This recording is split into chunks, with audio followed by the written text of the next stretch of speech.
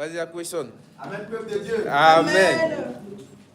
Donc, moi, c'est l'ami Didier et je suis accompagné de Gloria. Si nous sommes là, c'est pour le repas du Seigneur. Et c'est pas moi qui vais présenter le repas du Seigneur, c'est Gloria. Et moi, je vais simplement lire le verset dans Romains 12, à partir du verset 18. Donc, je lis la parole de Dieu.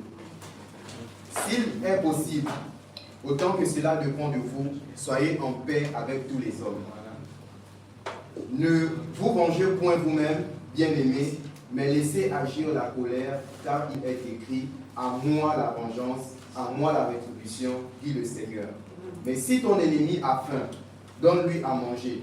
S'il a soif, donne-lui à boire, car en agissant ainsi, ce sont des charbons ardents que tu amasseras sur ta tête. Ne te laisse pas vaincre par le mal, mais surmonte le mal par le bien.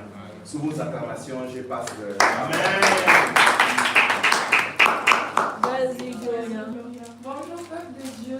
Amen. Moi, c'est Gloria Adressori et ce matin, j'aimerais partager avec vous ce que la foi de Christ est. Et à travers ce passage-là qu'on vient de lire, nous voyons que Jésus nous explique que faire uniquement le bien à quelqu'un qui nous rend le bien n'a vraiment rien d'extraordinaire.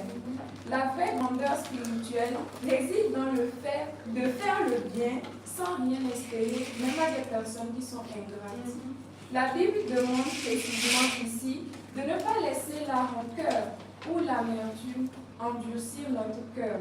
Au lieu de devenir aigris, de nourrir de la rancœur, nous devons choisir de voir plus grand, de regarder la croix de Christ et de ne pas laisser notre cœur se salir. Et me concernant, je rappelle, moi c'est Gloria Apesson, je suis étudiante à l'INSA de Marrakech. Et en début de cette année-là qui vient de s'écouler, j'avais postulé pour être vice-présidente de notre communauté, la communauté togolaise de Marrakech. Et après élection, j'ai été choisie pour être adjointe à notre secrétaire général. Et c'était le moment où on devait faire l'accueil des nouveaux.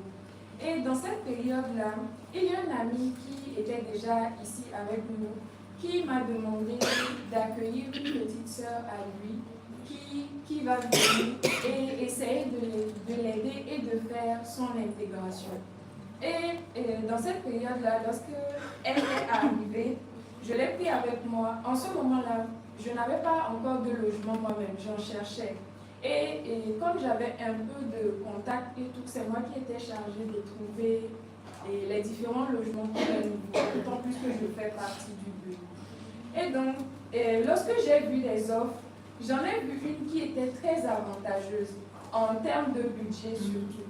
Et je l'ai pris, la petite, la nouvelle qui était avec moi. Nous sommes allés, nous avons vu la chambre et tout. Et elle a vu l'environnement, tout ça lui plaisait bien. Et elle a dit d'accord, on va le prendre. Et nous étions les premiers à emménager. Mais à côté de ça, j'avais pour mission d'également trouver pour les autres, parce qu'il leur fallait contrat de bail pour faire le titre de séjour. Mais quand même, nous avons emménagé les premiers.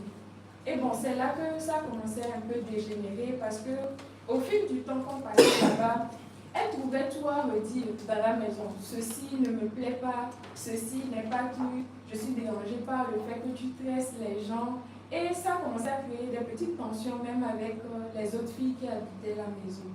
Et bon, elle me faisait comprendre que voilà, ici ne lui plaît plus, qu'il faut que je lui trouve autre part.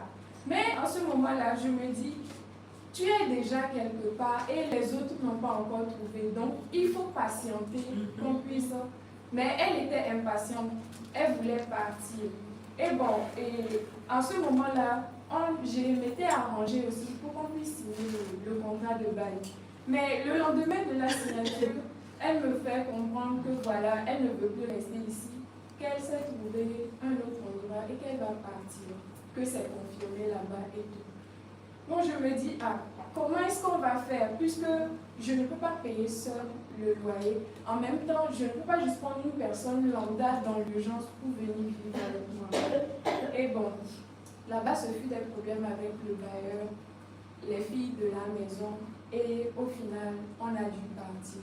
Comme elle avait déjà trouvé un endroit, moi j'ai dû partir chez une autre personne en attendant le retour. Et bon, très sincèrement, c'est une aventure qui m'a vraiment fait mal, qui m'a vraiment énervée. Et j'avais de la colère, de la haine dans mon cœur contre cette nouvelle-là. Parce que j'ai voulu l'aider, mais ça s'est retourné contre moi. Et... Vas-y, Gloria. Allez, Gloria. Vas-y. Et bon, suite à cela, j'avais coupé tout contact avec elle. J'avais même supprimé son numéro de mon téléphone. Et c'est resté comme ça.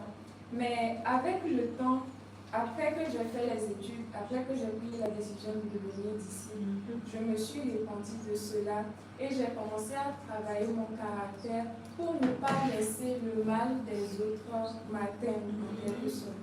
Et après cette période-là, un mois après qu'on soit tombé dans la nouvelle année, j'ai pu trouver un nouveau logement et très sincèrement, je me sens en paix.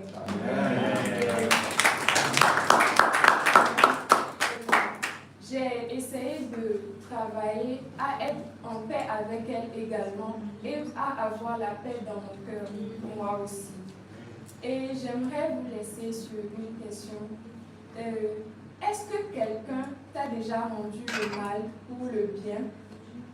Et si c'est le cas, aujourd'hui, décide de laisser ce passage s'installer dans ton cœur pour briser les chaînes de la rancœur.